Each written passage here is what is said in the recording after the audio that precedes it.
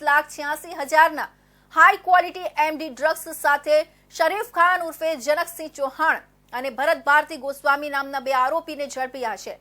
CCTV ફૂટેજમાં police અને આરોપી વચ્ચે થ્રિલર ફિલ્મ જેવી ઝપાઝપી જોવા મળી, જે શહેરમાં ચર્ચાનો વિષય બની ગઈ।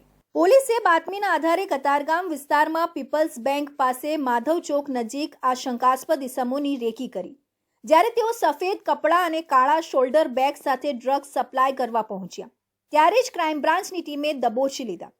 એક પેડલર ભાગવાની કોશિશ કરી રહ્યો હતો, તે સમયે પોલીસ અને આરોપી વચ્ચે થ્રિલર ફિલ્મ જેવા દ્રશ્યો સર્જાયા। આખી ઘટના સીસીટીવીમાં કેદ થઈ, જેમાં પોલીસની ઝડપ અને કુશળતા જોઈને લોકો આશ્ચર્યચકિત થઈ ગયા। પોલીસની પૂછપરછમાં ખુલાસો થયો કે આરોપી ભરત ભારતી ગોસ્વામી અનેકવાર ગોવા જઈ ચૂક્યો છે। અગાઉ પણ નાઇજીરિયન ડ્રગ્સ માફિયાઓ સાથે જોડાયેલા હતા। તે ગોવા અને અન્ય રાજ્યોમાં ડ્રગ્સ ડિલિવરી કરી ચૂક્યો છે। આરોપીઓએ રાજસ્થાનના સાચોર જિલ્લાથી હાઈગ્રેડ એમડી ડ્રગ્સ લાવ્યા હતા, જે સુરતમાં સપ્લાય થવાના હતા। આ ઓપરેશનમાં સૌથી ચોંકાવનારી વાત એ હતી કે આરોપી શરીફ ખાન, જે પહેલા જનકસિંહ ચૌહાણ તરીકે ઓળખાતો હતો, જેણે ધર્મ પરિવર્તન કર્યો છે, તે અગાઉ પણ ડ્રગ કેસમાં ઝડપાઈ ચૂક્યો છે। પોલીસે તેના આધાર કાર્ડ અને અન્ય ડોક્યુમેન્ટ્સની ચકાસણી શરૂ કરી છે। કબજે કરાયેલો મુદ્દામાલ 27,77,000નો છે।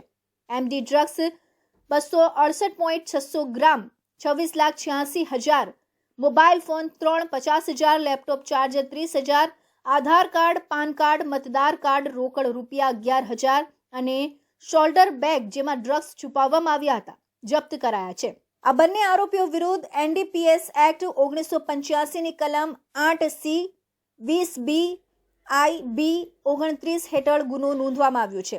પોલીસે ડ્રગ્સની ચેઇન તોડવા માટે વધુ તપાસ શરૂ કરી છે। કતારગામ પીપલ 4 રસ્તા માધવ ચોક પાસે બે ઇસમો એમડી ડ્રગ્સની ડિલિવરી કરવા આવનાર છે।